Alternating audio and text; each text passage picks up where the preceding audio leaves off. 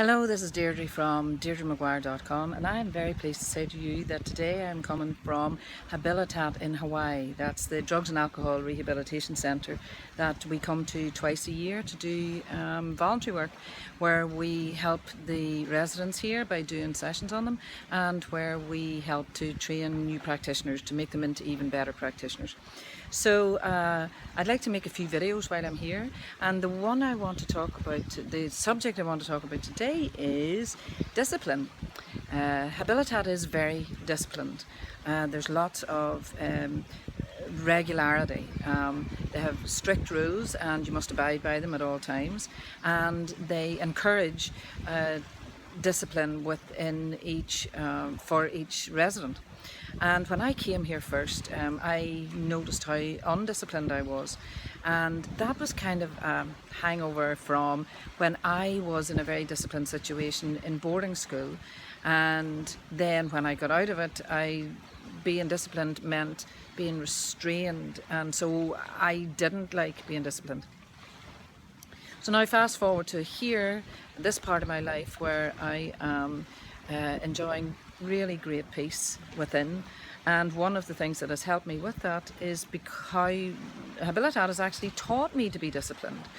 I saw it again and I could see the benefits of it, and so I took that home with me and I practiced it. Very small things like making your bed every day, putting in regularity into your life without being a slave to it. It's very, very important to have the balance on it in my mind. So yes, regularity, daily exercise, daily quiet time, call it meditation, call it whatever you like, but just a time to go inside and be peaceful. Turn the TV off, turn the radio off, turn the phone off, turn everything off and go quiet for a while and go inside. And these are some of the things that I do on a regular basis.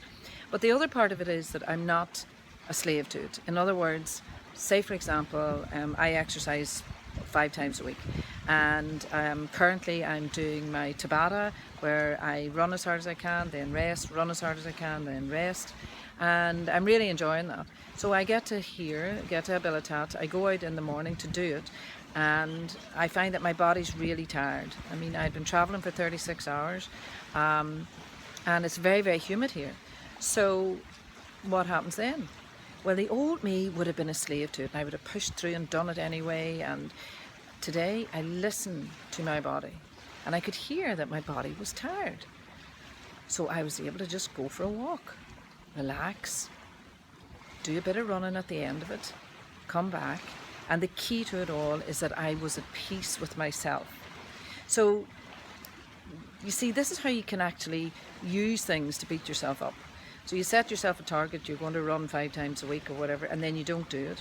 And then you start going into the cycle where you think, oh, I'm a failure again and I've screwed up one more time. And so there's a very slight but very fundamental difference, is that you make peace with yourself, that you are disciplined, that you give yourself the gift of self-love.